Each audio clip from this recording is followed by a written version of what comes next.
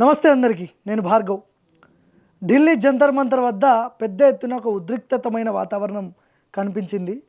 CJP కార్యకర్తలు, నాయకులు, అదేవిధంగా నిరుద్యోగులు, దేశంలో నీట్ పేపర్ వల్ల బాధించబడ్డ నిరుద్యోగులందరూ కూడా పార్లమెంటును ముట్టడించడానికి కొన్ని వేల మంది పార్లమెంటు మీదకి దూసుకొచ్చారు.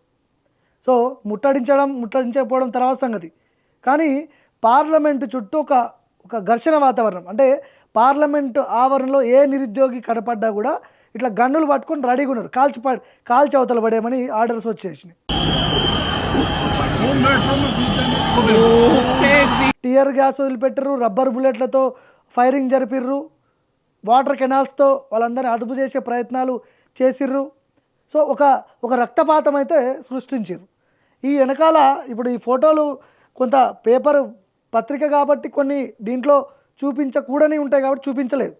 ఆ ఫోటోలు చూస్తుంటే సోషల్ మీడియాలో సర్క్యులేట్ అవుతున్నటువంటి ఆ ఫోటోలు ఒక్కొక్కరికి తలకాయలు పగిలి వాళ్ళు కొట్టండి, చంపండి, మేము పోరాటం అయితే చేస్తామని చెప్పి నిటారుగా వాళ్ళు నిలబడ్డారు. పోలీసులు కొడుతున్నా కూడా అసలు ఎక్కడ తప్పు జరిగింది? వాళ్ళు అడిగే రెండు డిమాండ్లు. నీట్ పేపర్ లీక్ కావడానికి కేంద్ర మంత్రి ధర్మేంద్ర ప్రధాన్ దీనికి ఆయనే బాధ్యత వహించాలి, బాధ్యత వహించి రాజీనామా చేయాలని చెప్పి వాళ్ళు డిమాండ్ చేశారు. అదేవిధంగా నీట్ పేపర్లో నష్టపోయినటువంటి వాళ్ళు, అదేవిధంగా నీట్ పేపర్లో దానికి బాధించబడి సూసైడ్ చేసుకున్న ఫ్యామిలీస్ ఏవైతే ఉంటాయో వాళ్ళందరికీ ₹1,00,00,000 ఎక్స్గ్రేషియా ప్రకటించాలని వాళ్ళు డిమాండ్ చేస్తున్నారు. సో వాళ్ళ డిమాండ్స్లలో ఎట్లాంటి తప్పులు లేవు. తప్పు చేసింది ఎవడు? నీట్ పేపర్ లీక్ చేసింది ఎవడు? బాధ్యత ఎవడు వహించాలి? నరేంద్ర మోడీ ప్రధానమంత్రిగా కొనసాగుతున్నాడు కదా దేశంలో. ఒక్క రోజైనా ప్రెస్ మీట్ అడ్రస్ చేసిండా? ఒక్క ప్రెస్ కాన్ఫరెన్స్ పెట్టిరు?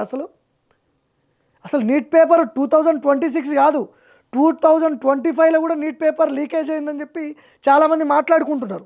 అది ఎంతవరకు నిజము, ఎంతవరకు అబద్ధం అనేది వాళ్ళే తేల్చాలి. మరి ఆ పార్లమెంట్ సమీపానికి సీజేపీకి సంబంధించిన వాళ్ళు వచ్చినప్పుడు సెంట్రల్ ఫోర్స్ పోలీసు వాళ్ళు గన్నులు పట్టుకొని రెడీగా ఉన్నారు.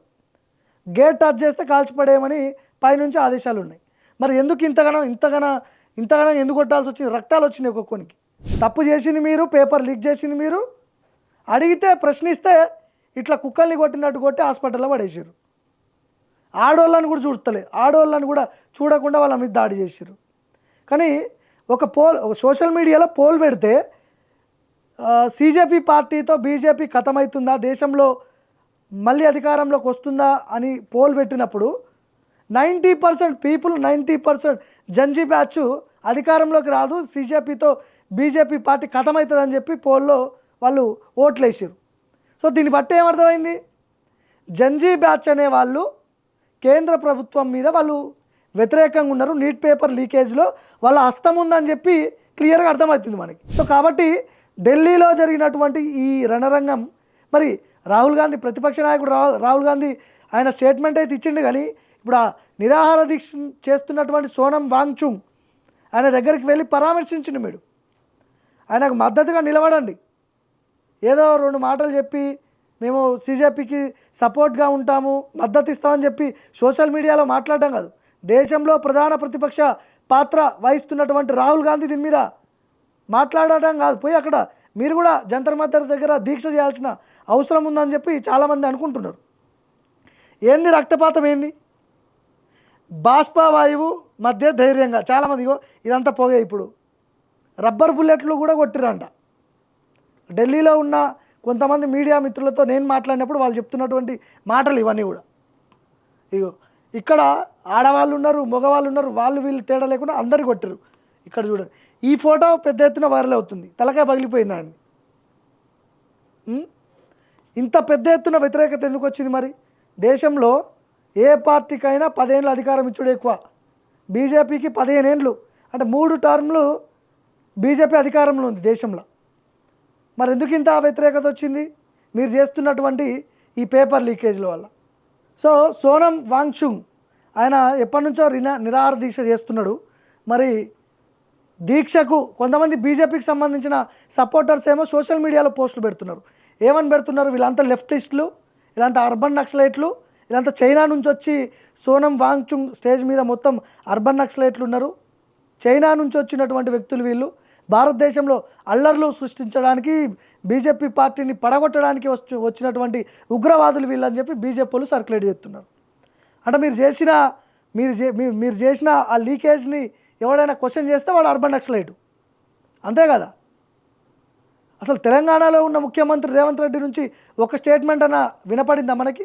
ఇంత పెద్ద ఎత్తున ఢిల్లీలో అల్లర్లు జరిగినప్పుడు, పెద్ద ఎత్తున ఇంత పెద్ద రచ్చ జరిగినప్పుడు ముఖ్యమంత్రి స్టేట్మెంట్ ఏంది? అసలు ఒక ప్రెస్ నోటు విడుదల చేసిండా తెలంగాణ ముఖ్యమంత్రి?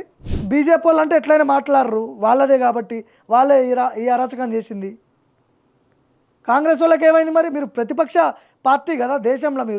మీ నాయకుడు రాహుల్ గాంధీ అక్కడ ప్రధాన ప్రతిపక్ష నాయకుడుగా ఉన్నాడు కదా.